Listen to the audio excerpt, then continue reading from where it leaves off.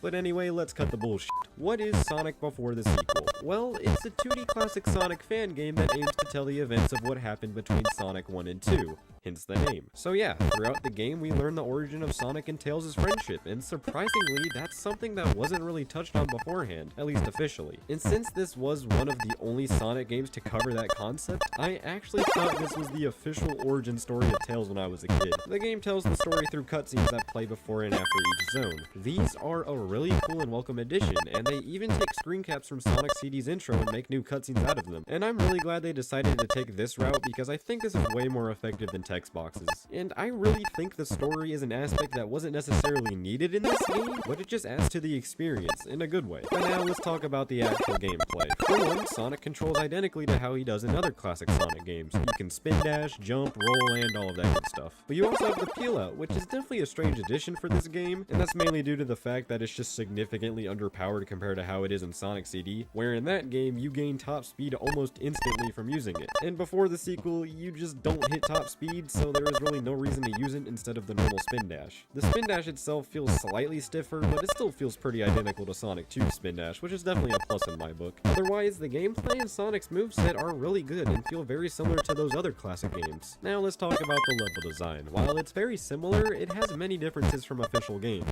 The levels in this game include many moments where you have the freedom to gain insane amounts of speed, which is definitely a plus. However, it's just hard to not acknowledge the fact that the level design is wildly inconsistent. One act, you could just be rolling through loops, just having the time of your life. Then the next, you could just be doing some slow platforming. Why is this the case? I would have liked it way more if they mixed the two level design concepts more. There are many levels where I feel like they do that really well, but there are also many where the mixing of the two ideas just isn't there. The level design also has some gimmicky moments in some parts, which in concept could be fun, but in execution they just break the pace altogether. Like the star collecting shit can just kiss my ass. But regardless, I still think the level design in this game is more than passable. It's just not perfect. The actual zones they made for this game are really good. Now, I have to point out the fact that many of them are just zones from previous games with a fresh coat of paint, but I still feel like they feel different from those previous zones.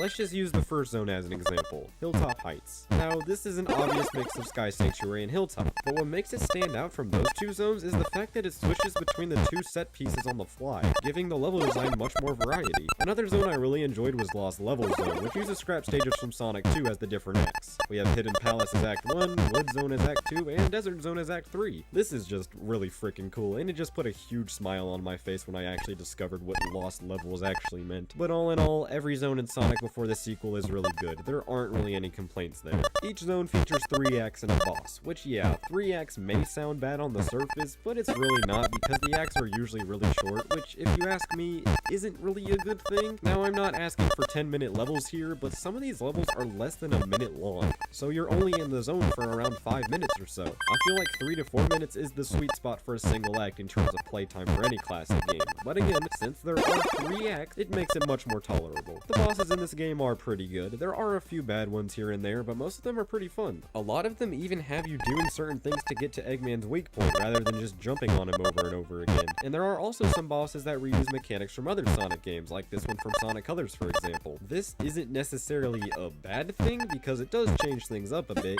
I just thought I would mention it anyway. Oh yeah, you can play as Tails in this game. So in this game, you play a zone as Sonic and a zone as Tails, so you get equal opportunity to play as both of the characters. And as far as his controls go, he plays how you expect him to play. He's like Sonic, but he can fly. But since he can fly, his zones are much more exploration-based rather than speed-based, for the most part. Now, this may sound like a bad concept on the surface, but don't worry, because even though Tails' levels have a lot of exploration-based moments, there are still a lot of Sonic elements mixed in there, if you get what I'm saying. And this also goes for Sonic stages as well, so I feel like the two characters are perfectly balanced. It's not really a situation where I feel like one character is more fun to play as than the other, which is definitely a good thing. But there is one aspect to this game that stands above everything else, and that is the soundtrack. This OST is my favorite soundtrack to any Sonic fan game. It was so good that the composer, Falk, went on to help with the Sonic Mania soundtrack. This game includes both remixes from other games and original songs, songs, which all sound great. This is truly one of the best soundtracks for any classic Sonic game, and it's very impressive for a fan game at that. But yeah,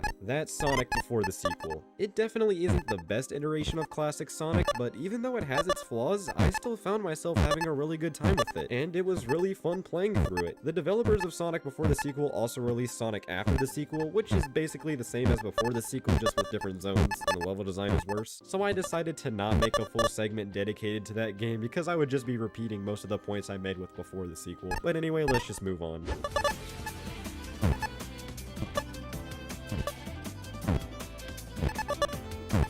If you are at all familiar with the Sonic fan game scene, then you know about Sonic GT. In the eyes of many, this is definitely one of the best adaptations of 3D Sonic we have ever seen. Many actually consider this game to have the best version of modern Sonic gameplay, but what is my personal take on all of this? So Sonic GT has a total of 4 levels, with a few boss fights as well. The levels themselves are actually decently long, and I have to give credit to the devs because the levels never feel repetitive because of this. These levels could easily be up to 10 minutes long, but they never really overstay their welcome. There aren't any shitty stage gimmicks or endless enemy rooms or just anything of that sort to pad out the levels. The level length in this game doesn't feel forced in the slightest, which is definitely an issue in other Sonic games. As for the actual level designs though, look, I'm not gonna lie, I didn't really find the level design to be all that great. Now, listen, the level design offers many moments for Sonic's new physics system to shine, which we'll get into that later, but otherwise, I feel like the levels are way too open. I'm not saying they should be as linear as a game like Forces or Colors, but these levels are so open to the point where I actually got lost multiple times. I think Sonic Adventure's level design has a good balance between linearity and exploration, and I really think Sonic GT would have benefited a ton from using that philosophy instead. Now, the very open level design could definitely be a plus for some people, but if you ask me, I think it's one of the aspects that weighs the game down for me. The level environments are pretty generic, but they get the job done. All of them are either reused or heavily inspired by other Sonic levels. We have levels based on Seaside Hill, Hilltop, Pyramid Cave, and Speed Highway. It's a pretty good selection, and it has a ton of variety. Seeing Hilltop Zone depicted in a 3D Sonic game is actually really cool, and it's probably my favorite zone. I also found Hidden Base to be an absolute blast because there are many moments where you can just take off. On the other hand, I wasn't really a fan of Ocean Paradise because it's just way too open, and it was pretty empty if you ask me. It just wasn't my cup of tea. Sunset Boulevard was just kinda okay. The visuals are amazing, but the level design still isn't the best. The game also has a few boss fights, and they're not that great to be honest. All of them just feel like a chore to complete, and they aren't really executed that well either. Once you learn their attack patterns, they become a breeze to beat, but they're nothing more than harmless filler at the end of the day. The game also has a story, which kind of caught me off guard to be completely honest. Basically, Ray the Squirrel was captured by Dr. Eggman, so now it's up to Sonic, Tails, and Mighty the Armadillo to save him. Yes, Mighty and Ray are in this game, and I gotta say, it's really jarring seeing them in a modern form, but I really like it, because these guys are almost always forgotten when it comes to Sonic games. So, the story of the game is told through dialogue boxes, but with full voice acting. And this is probably a hell of a nitpick, but the voice acting in this game isn't very good, but hey, it's a fan game. The fact that there's voice acting at all is just insane. The soundtrack in this game is also really good. It's definitely impressive for a Sonic fan game. The Hilltop theme is definitely my favorite, but the other tracks are really good too. It actually sounds like Sonic music and not just some random stock video game music that you would hear in most fan game projects. It's just great. There are also multiple playable characters in this game. Along with Sonic, you can also play as Shadow, Mighty, and Ray. All of them basically have the same moveset though, which actually is for the better if you ask me. If they all had unique gameplay styles, then that would require the level design to be changed up for each character, which would just be a hassle. The extra playable characters in this game are a welcome addition nonetheless. But yeah, that's Sonic GT. Oh yeah, the gameplay. The actual gameplay of this game is amazing. Plain and simple. It entirely outweighs all of the negatives that I mentioned previously. Unlike most Sonic games nowadays, the gameplay in Sonic GT actually takes skill and time to master. For one, the physics are entirely momentum based. Say goodbye to the boost gauge, everybody, because it's just simply not needed in this game. Instead, we have the spin dash and drop dash, which allow you to gain speed quickly. But the game has many moments where you can just gain a shitload of speed by simply running or rolling down a slope, and the momentum allows you to just blast through everything. It's so satisfying. Sonic's moveset also contains the bounce bracelet, light speed dash, homing attack, and even a trick system. I truly believe that all of these aspects come together to create one of the best gameplay styles for 3D Sonic we've ever seen. Is it my personal favorite? No, probably not, but I can definitely see why people use Sonic GT's gameplay as an example of what they want from 3D Sonic. But that's Sonic GT. This is definitely one of the most impressive Sonic fan games in terms of gameplay. I had an absolute blast trying out Sonic's new and improved physics system. It would be a dream come true if a mainline Sonic game had similar gameplay to this one.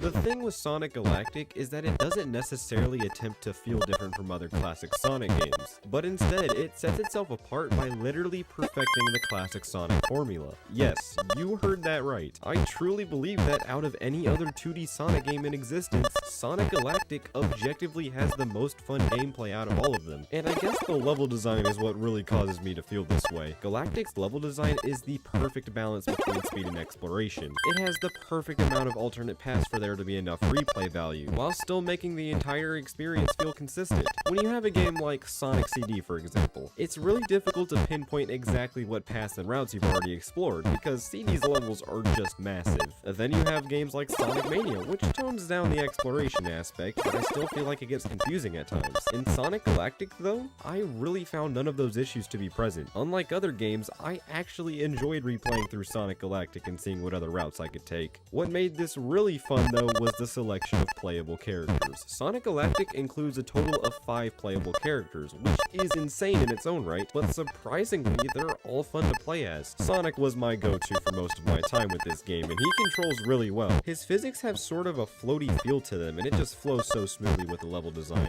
They also added the drop dash to this game, and that really helps to keep your momentum going. Combining this with the roll and spin dash allows you to gain insane amounts of speed. Like, just look at this. The momentum and level design is just the perfect combination. There's not much else to it, really. Tails and Knuckles are also playable in this game, and they control pretty similarly to how you would expect. However, their controls aren't one-to-one with other classic games. They kind of nerfed Tails' flying ability in this game, which was probably the right call, but I like cheating. Knuckles, on the other hand, just plays how he always plays. It's just that the level design isn't really tailored to his gameplay that well, but maybe that's something that can be looked at in future updates. The game also includes Fang the Sniper as a playable character. Now, Fang has been getting a lot of representation in Sonic games recently, with Sonic Mania and Superstars in particular, but he has never actually been playable in a mainline game. His inclusion in Galactic is really cool to see, and he's actually a lot of fun to play as. When you double tap the A button, he uses his gun to shoot enemies below him, and it also gives him a slight boost in the air. For the future, I would love to see some platforming segments that are tailor-made for his moveset. I think this is just a really cool and unique take on Fang's character. But along with all those characters, they had the brass balls to add their own original character who goes by Tunnel the Mole. And he's fun to play as. He definitely has the most unique abilities out of any of the characters. When you play as Tunnel, you can attach to pretty much any solid surface and quickly dash off of them to attack enemies and whatnot. While yes, this is a really cool concept, I think it's kind of inconvenient when it comes to blasting through these levels. I had fun playing as Tunnel, don't get me wrong. I just think that his gameplay isn't necessarily the right fit for this game, but it's still cool how he's in the game at all, and it's a prime example of the creativity behind this game. Speaking of creativity, I wanted to take a moment to talk about a lot of the little things that make this game just so much better. Let's start with the animation, which looks very snappy but smooth at the same time. And I'm not an animator or anything, but I can tell that a lot of effort was put into the pure expression of these characters within their sprite work. Like, just look at Sonic's animations here. It's something that isn't really given much attention to in mainline games nowadays, so I really appreciate the effort here. The art style looks really good as well. The sprite work is very detailed and vibrant, and makes this game feel very modernized while still maintaining that classic feel we all know and love. The level environments also look very nice. There's only one zone as of now, but they managed to fit 3 different environments into it. We have a grassy field with a sunset, a beach, and a jungle, all in a single zone. If all of the zones are going to be like this, then that would be awesome. But yeah, that's Sonic Galactic. I absolutely cannot wait for more stuff to be added to this game. And the previews the devs have shown us look really good, and I really hope they take all the time they need to make make this game the best it could possibly be. But for now, it's just a really fun demo to run through, and it has the potential to be something truly amazing.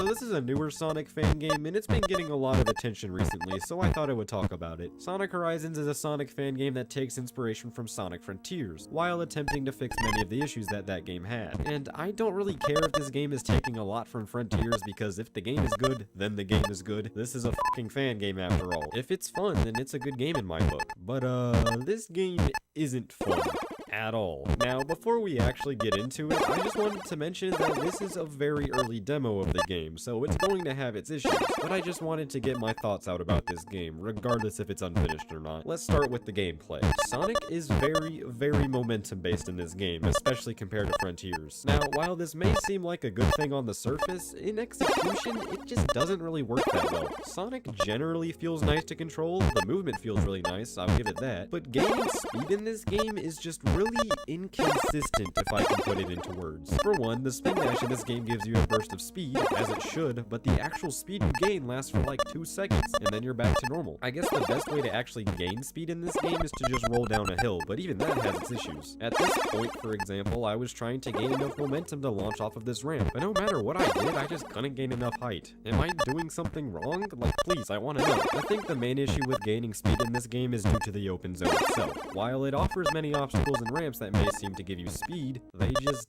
don't. This loop, for example, you would think you'll gain momentum by going through it, you know, like a classic Sonic game, but you just don't. In fact, you lose speed by going through the loop. Like, why? I know that momentum was more absent in Frontiers, but that game wasn't designed around it. For a game designed around gaining speed, there should be a solid way to do so. I shouldn't be spending 30 minutes trying to launch off of a ramp. That just shouldn't be an issue. But this is my biggest gripe with this game. Everything else is just pretty decent. The open world is okay. Again, it's not very ideal for Sonic's gameplay, so in that sense, it's not that good, but otherwise, I think it looks really nice and actually feels like a real place in the Sonic universe. The thing with Frontiers was that it had cool looking environments, but the immersion just fucking flatlines because rails are just floating everywhere. In Horizons, that's not an issue, but as a result of that change, the game is much more linear in nature. In order to progress in Horizons, you have to complete certain tasks within the tiny area you're given. So you can't just do whatever you want like you can in Frontiers. You slowly gain access to more areas as you play. So in a sense, it's like the Frontiers tutorial section, but made into a full game, if you get what I'm saying. Now, this may be a plus to some people. I mean, Frontiers got pretty boring at times because all you did was wander around aimlessly in a large area, but in Horizons, you just kind of do the same thing, but this time you wander around in a smaller area. It's not so terrible, but the objectives definitely are. One of the first tasks you're given is to find 3 crystals that are randomly scattered around the area, so you can unlock the cyberspace portal. But these crystals are just in the weirdest places, and they don't feel very rewarding to collect. One of them was just completely inaccessible for me because you had to launch off of that one ramp I was talking about, and that just wasn't happening. But the crystals I was actually able to collect require you to experiment with weird platforming. These goddamn trees are the bane of my existence. Later on, you also get more challenges that are spread throughout the map, similar to the map challenges in Sonic Frontiers.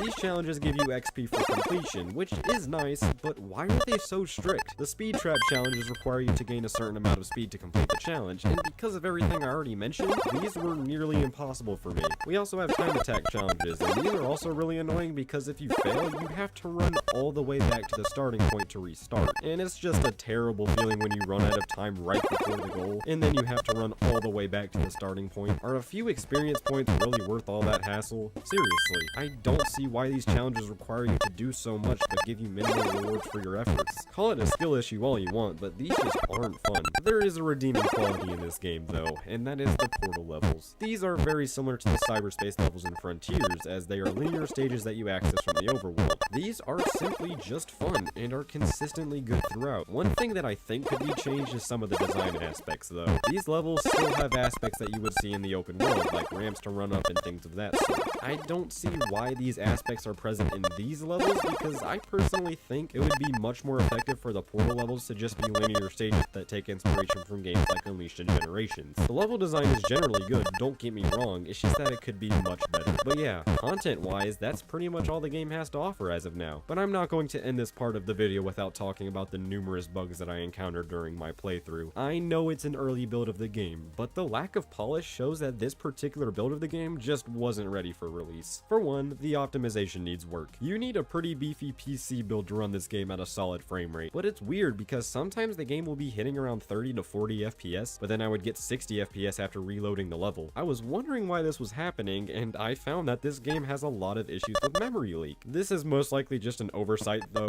so I'll cut them some slack for that. But the game itself has a lot of technical issues that just shouldn't be present. There are many areas where I just got soft locked completely, and I didn't even do anything wrong. I was just running through the level, minding my own business, and then I got stuck between invisible walls. This happened several times during my time with this game, and it just kind of baffles me how this issue was overlooked. The collision is also super buggy in many instances, as you can literally just walk through most objects. Why is this a thing? The game even tells you that you'll just fall through certain platforms that aren't marked with a certain pattern, and at that point, it just feels kind of lazy. If you see an object in the open world, then chances are you can just walk right on through. Even walls aren't safe from this issue. Like, what happened here? And I guess the only other redeeming qualities include the animated cutscenes and the special abilities you can unlock. These cutscenes look really nice and are really well animated. The special abilities like the wall run are also really fun and satisfying to use, but other than that, Sonic Horizons just isn't that good if you ask me. I think it has a lot of potential to be something great, but it has a lot of issues that definitely need to be fixed for the next update. But hey, at least the game looks nice.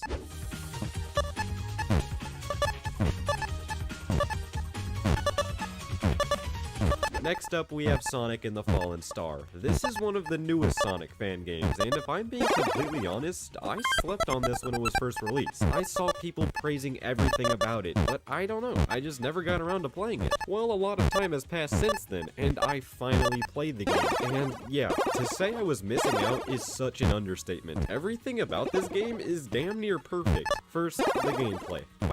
Just wow. It's the classic Sonic gameplay we all know and love, but with a lot of tweaks that make it so much more fun than it was originally. For one, the drop dash and peel out are both present, and I actually found myself using the drop dash all the time because it's just so satisfying to use in this game. It's oddly fun to use it after you bounce off of an enemy or something. It just makes it so the pace is never broken in the levels. The peel out in this game is really useful to gain top speed instantly, as you f***ing take off after charging it up. Other than that though, it's just classic Sonic, but the moveset is what makes the gameplay truly stand apart from previous games. But the level design, oh boy, truly amazing. I didn't get bored or frustrated once playing through these levels. The zone layouts are perfectly catered to Sonic's controls. The design allows you to actually go fast for very long periods of time, and it's just so satisfying. There is the occasional slow platforming moment, which personally I'm not really a fan of in Sonic games, but they're really short in this game, so it didn't really break the pace too much. The zones also throw the occasional stage gimmick at you, but they're all fun to play around with. I found absolutely none of them annoying, and